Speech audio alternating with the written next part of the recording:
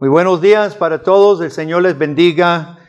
Esta es la Iglesia Pacto de Gracia, una iglesia presbiteriana reformada en San José, Costa Rica. Y hoy terminamos el pasaje que iniciamos el domingo pasado, Lucas capítulo 1, el canto de María. Vamos a leer una vez más, aunque solo vamos a ver la mitad. Empezando en el versículo 46, María, al entrar a la casa de Elizabeth, el bebé se conmueve en su vientre y Elizabeth dice, qué honor más grande de recibir la madre de mi Señor. Y María dijo, engrandece mi alma al Señor y mi espíritu se regocija en Dios mi Salvador, porque ha mirado la bajeza de su sierva.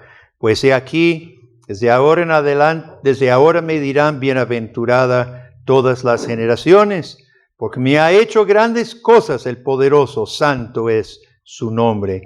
Y su misericordia es de generación en generación a los que le temen. Y hoy vamos a ver, empezando en 51, hizo proezas con su brazo, esparció a los soberbios en el pensamiento de sus corazones, quitó de los tronos a los poderosos y exaltó a los humildes. A los hambrientos colmó de bienes, y a los ricos envió vacíos. Socorrió a Israel su siervo, acordándose de la misericordia, de la cual habló a nuestros padres, para con Abraham y su descendencia para siempre. Y se quedó María con ella como 3 meses después se volvió a su casa. ¿Por qué Lucas incluye, cuando se sienta a hacer su evangelio, por qué Lucas incluye estos cantos y este canto de María? Bueno, podría haber muchas razones. Yo no sé dentro de la cabeza de Lucas. Pero una cosa sí sé. La fe de María estaba tan nutrida del Antiguo Testamento que dijo en su canto un montón de cosas ciertas. Y por eso Lucas lo incluye. Porque María acierta con todo lo que ella dice. Versículo 51, hizo proezas con su brazo. Esta metáfora, el brazo, es una metáfora común en el Antiguo Testamento. ¿Y qué representa? ¿Qué representa la diestra del Señor? ¿Qué representa el brazo de Dios? El poder divino y soberano. Oiga lo que dice Dios Isaías lo dice de Dios y del siervo de Dios. Este es contexto de Mesías. Vea lo que dice Dios en Isaías 59, 16. Y Dios vio que no había hombre y se maravilló, que no hubiera quien se interpusiese, y lo salvó su brazo y le afirmó su misma justicia. 2 capítulos después, en Isaías 63, dice que el siervo de Dios pisó el lagar. De los pueblos nadie había conmigo. Los pisé con mi ira, los hollé con mi furor, y su sangre salpicó mis vestidos y manché todas mis ropas. Versículo 5, miré y no había quien ayudara. Me maravillé que no hubiera quien sustentase, y me salvó mi brazo y me sostuvo mi ira. El brazo del Señor, hermano, es una figura de que Dios soberanamente y poderosamente hizo proezas. ¿Qué hizo Dios con su brazo? Proezas. Niños, ¿qué son proezas? ¿Qué es una proeza? No es un término que usamos muy a menudo, pero entendemos lo que es, ¿verdad? Algo grande, algo que solo Él puede hacer. Proezas. La pregunta para usted, querido hermano, querida hermana, ¿es capaz usted de maravillarse ante las proezas de Dios? María se maravilla ante las proezas de Dios. Quiero que me conteste. ¿Es capaz usted de maravillarse ante las proezas de Dios? ¿Cuáles? ¿Cuáles? Una segunda pregunta para los que tienen hijos. Papá, mamá, enseña a su hijo que las verdaderas proezas ante que maravillarse son las que Dios hace. No las que hace Spider-Man y Superman y los superhéroes o alguna otra figura ficticiosa.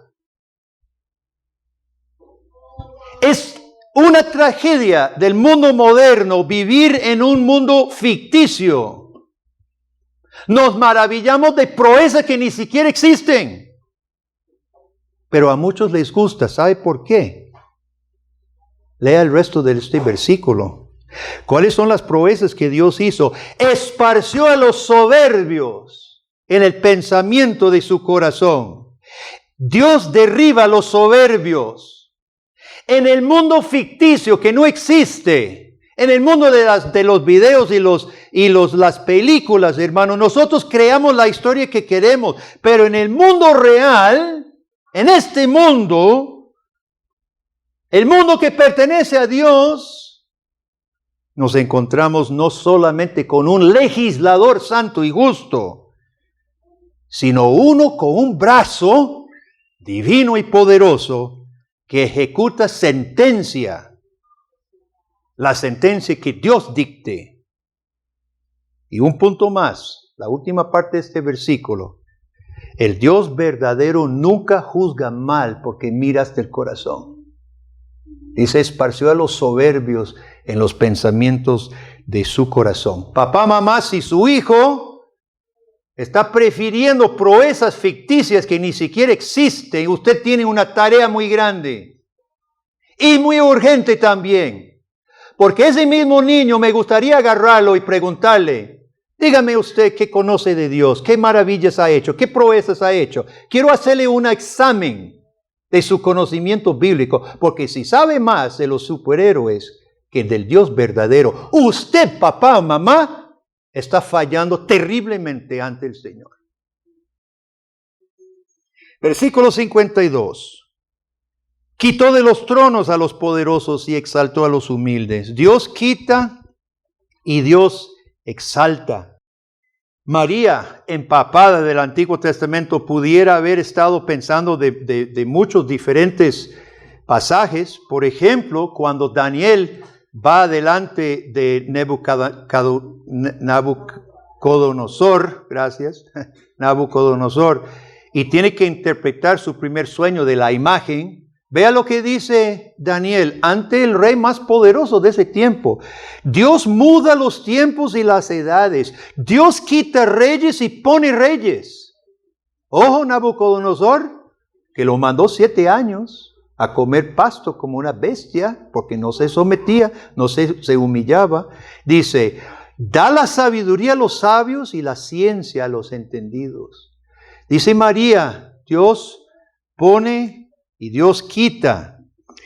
Dios da el privilegio a algunos hombres de gobernar, pero ante la soberbia también los quita. Casi siempre nosotros miramos el mundo como paganos, ¿verdad? ¿Qué dice el pagano? ¿Cómo se gobierna el mundo? A un nivel plano nada más, ¿verdad? O peor todavía, al azar. Nosotros en Costa Rica tenemos un dicho que significa al azar. ¿Qué decimos nosotros? De chiripa. Mira, quedó de chiripa. ¿Verdad? Y muchas veces nosotros pensamos en el mundo, inclusive las elecciones o los movimientos de la SODE, salió de chiripa. Pero 2 cosas pasan, hermanos, cuando nosotros pensamos como un pagano. Que el azar, la fortuna maneja el mundo, las cosas suceden porque suceden, o solamente un plano humano sin tomar en cuenta el Dios que pone y quita. ¿Qué pasa? Número 1, usted no ora. ¿Qué va a orar al azar? No se le ora al azar, a la fortuna. Usted no ora. Pregunto, ¿estás orando o estás viviendo como un pagano? Habiendo entregado el mundo a las fuerzas humanas. Número 1, el cristiano deja de orar. Y número 2, ve el resto del versículo, dice, exaltó a los humildes. Número 2, el cristiano no persigue su servir con humildad cuando piensa que este mundo está fuera del control de Dios. No luchamos por servir a nuestro prójimo con humildad. Ahora, esto está enseñando, hermanos, que al que Dios exalta es más responsable. Y eso es en cualquier nivel, sea un hogar, si Dios lo ha colocado como padre y madre, en su trabajo, en la sociedad, en cualquier nivel, hasta arriba, ¿verdad? Al que Dios exalta es más responsable. Pero la tendencia, ¿cuál es, hermano? Entre más alto Dios permite que lleguemos, ¿qué pasa con el corazón humano? ¿Qué toma control? Aquí lo dice, la soberbia. La soberbia. Porque pensamos que hemos llegado a ese nivel por ser carga, porque Guillermo es mutuo, porque mis cualidades las reconocieron. Sin embargo, yo sé que muchos me van a dar la razón. Los que hemos trabajado en alguna organización, ¿verdad? Una organización, sea empresa, sea una organización. Muchas veces, debajo del jefe, hay gente muy capaz, cuidado, no más capaz, ¿cierto o no? Inclusive, a veces nos rascamos la cabeza y decimos, ¿cómo es posible que pusiera a esa persona? Si fulano y mengano y fulana son mucho más capaces de hacer lo que está haciendo hasta los presidentes de los países. Hay otra gente más capaz, diputados, hay gente más capaz que yo conozco que se serviría mejor. Hermanos, es Dios que exalta, Dios quita. Dios que exalta porque Él quiere o que permite. Y cuando miramos la vida sin los lentes de la Biblia, solo pensamos en causas humanas, pero el Espíritu Santo, por medio de María, nos enseña que hay un gobernador justo y ese gobernador está administrando su mundo de modo que requiere que nosotros le honremos a Dios, oremos y sirvamos en el mundo de Dios. María atribuye todas estas cosas a Dios. Ella no podía entender que el ser que ella tenía en su vientre era, porque siempre era, y iba a ser revelado al mundo, el Rey de Reyes y Señor de Señores. Ella no podía entender esto todavía, pero desde el Antiguo Testamento, hermanos, la segunda persona de la Trinidad siempre estaba y está sobre el mundo. El mundo siempre ha estado. Hebreos capítulo 1, que por medio del Hijo Dios hizo todas las cosas y siempre ha gobernado por medio de su Hijo. Y nosotros entendemos con claridad, ahora a la luz del Nuevo Testamento, que el Dios hombre, Jesucristo, es exaltado a la diestra del Padre y Él es Jesucristo el que quita o el que exalta. Y esto nos da dos actitudes diferentes. Primero, confianza. Este mundo está en manos de Cristo. Y segundo, lucha. Lucha, porque está en manos de Cristo. El fundamento de toda la lucha de los cristianos a lo largo de la historia, y hablemos de calvinistas, porque nosotros los reformados tenemos un legado, una herencia rica de hermanos reformados que han luchado, han dado la talla en la historia, luchando contra regímenes injustos y a favor de la justicia. Y es porque sabían que Dios puede actuar soberanamente y puede quitar a los injustos. El calvinista no toma armas, no es anárquico, no es revolucionario, guerrillero. No vamos a hablar de guerra justa, que es otro tema, No nos vamos a meter en el tema de guerra justa, porque sí existe la guerra justa, pero eso no es el punto. Estamos hablando del individuo en la sociedad. No tomamos, no disparamos o tiramos bombas, pero el calvinista que cree en la soberanía de Jesucristo usa todos los medios legítimos a su alcance para resistir la maldad. A veces Dios prueba nuestra paciencia, sí. A veces Dios prueba nuestra fidelidad, sí.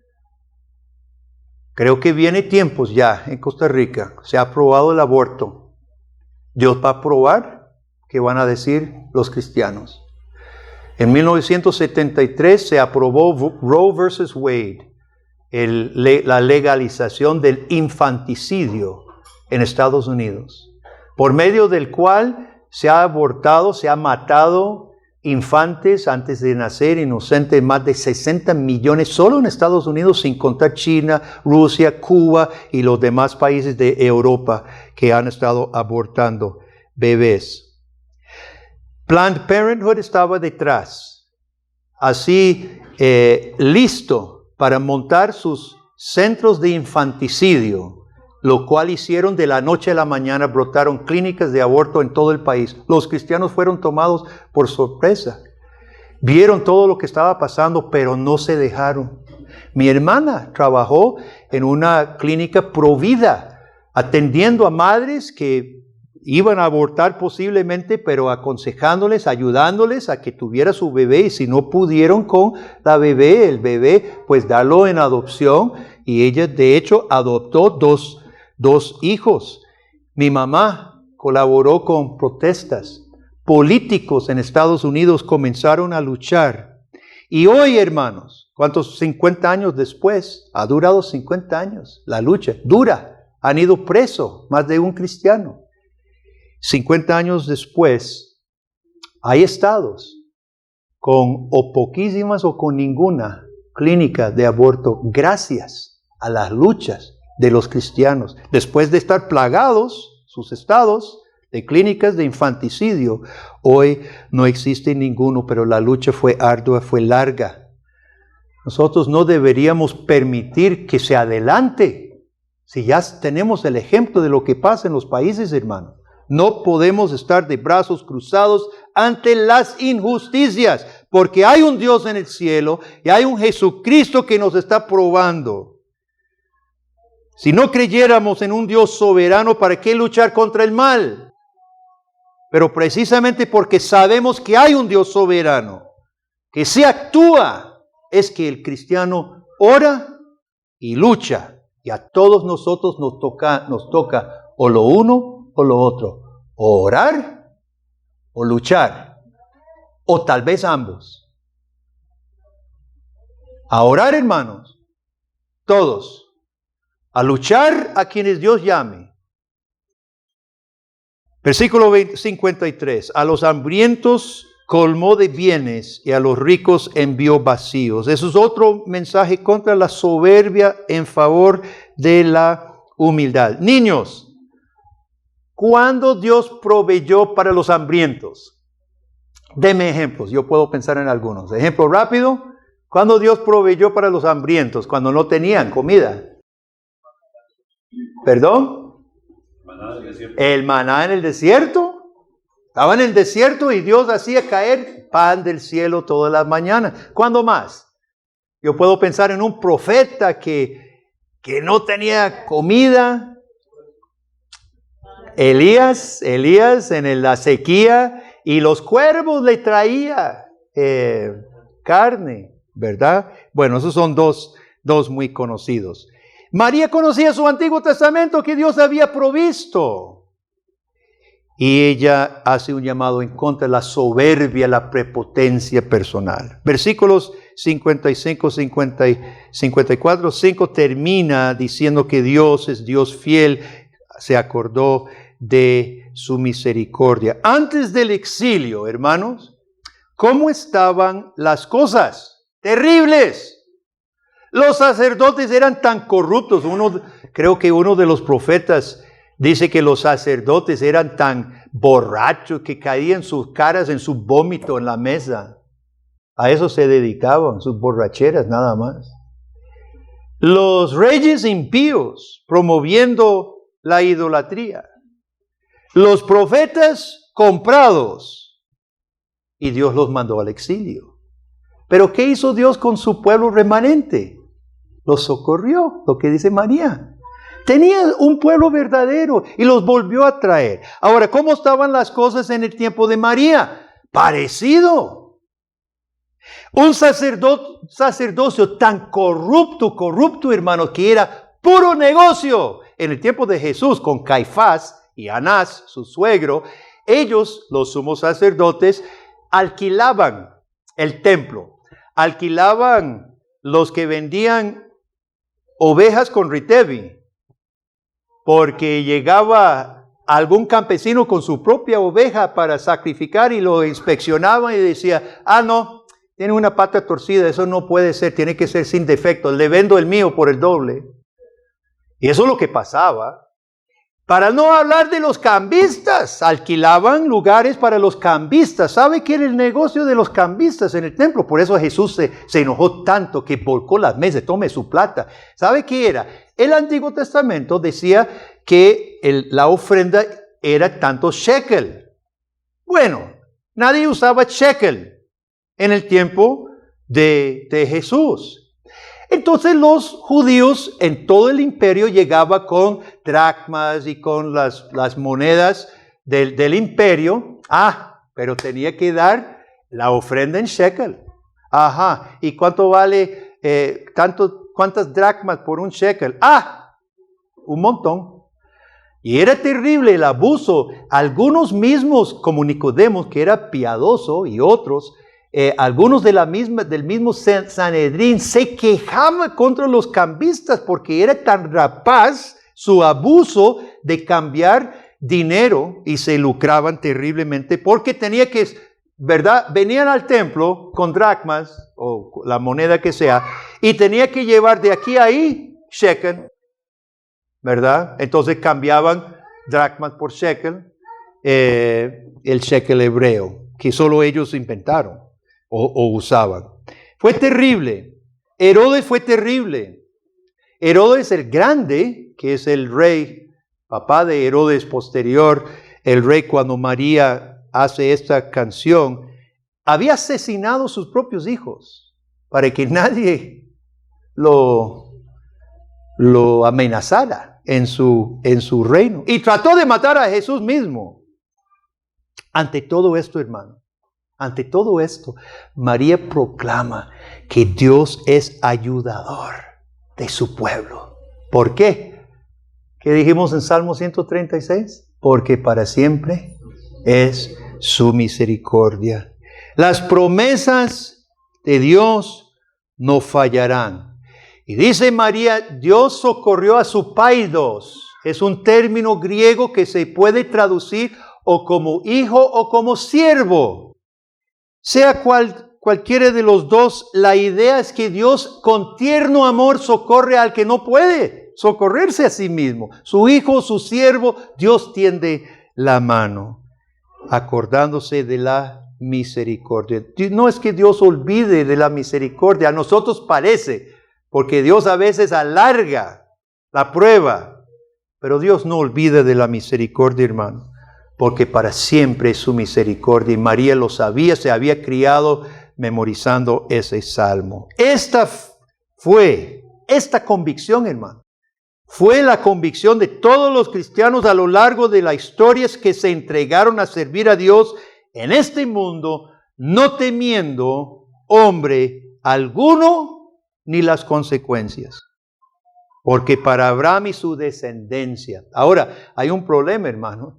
Dice María, citando el Antiguo Testamento, ve que María es teóloga pactual, es reformada, es calvinista. María, ella dice para Abraham y su descendencia, porque Dios le había dado a Abraham la promesa, en ti serán benditas. Entonces, ¿cómo hacemos nosotros que no somos de sangre judía? Que hay que ser linaje de Abraham para que la misericordia de Dios esté con nosotros.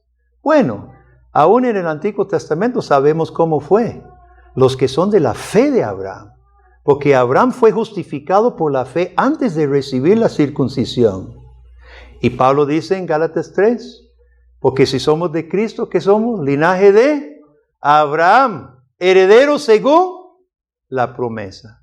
Entonces, hermanos, llegamos a ser hijos adoptados mediante la fe, la misma fe que tuvo Abraham. Hermanos, por medio de la revelación de Dios del Antiguo Testamento, María mira atrás y alaba al Dios poderoso y fiel, porque siempre ha cumplido su plan de salvación.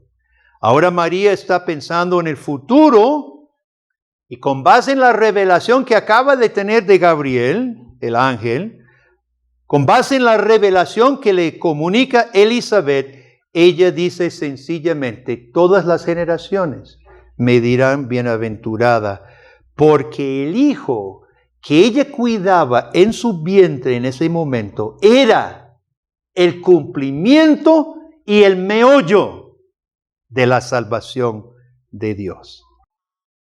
Querido amigo, este mundo, la vida, no es un conjunto de actividades al azar. No es que sucedan las cosas porque sí. El Hijo de Dios vino, obedeció su mandato del Padre, recibió honra de su Padre, y ahora Jesucristo gobierna desde el cielo hasta regresar para consumar su pueblo. Ante ese Jesús, escuche bien, solo hay dos actitudes posibles: o fe y obediencia, o rebeldía.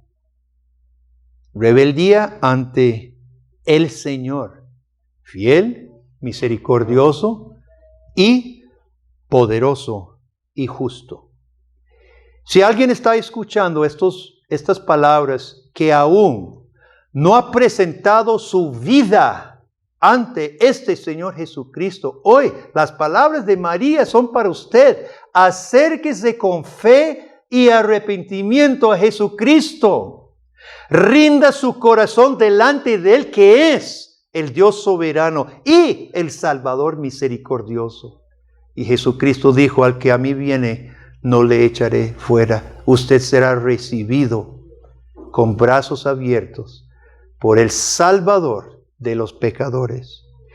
Para la iglesia del Señor, hermanos, las palabras de María nos llaman con urgencia a presentarnos al servicio de Dios en Cristo sin soberbias, con corazones humildes.